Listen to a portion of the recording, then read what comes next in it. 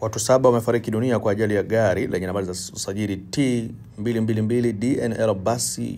Yutong kampuni ya Mvungi likitokea Ugweno kuna jijini Dar es Salaam eneo la kijiji cha Mamba Msangeni kata Msangeni wilaya ya Mwanga, ambapo iliacha barabara na kupinduka kwenye bonde na kusababisha vifo vya watu hao 7, kati yao wanaume 2 na wanawake 5, ikiwemo mtoto wa miaka 2 na majeruhi 42 majira saa 12 na dakika 45 asubuhi ya leo Aprili 3, 2025.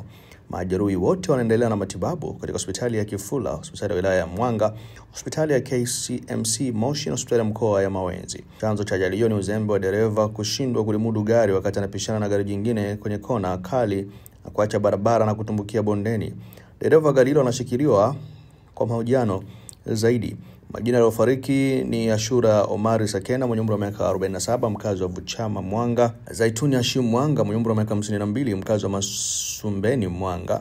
Halima Omari mwenye umri wa miaka 2 mkazi wa Mwanga, Judith Safieli Mwanga mwenye umri wa miaka 43 mkazi wa Mangio Mwanga, Benedetha mwenye umri wa miaka 20 mfanyakazi wa ndani mkazi wa Ugweno, Haji Abubakar mwenye umri wa miaka 50 mkazi wa Kifula, na Hamadi Hussein Mshana mwenye umri wa miaka 64 mkazi wa Ngalanga Ugweno.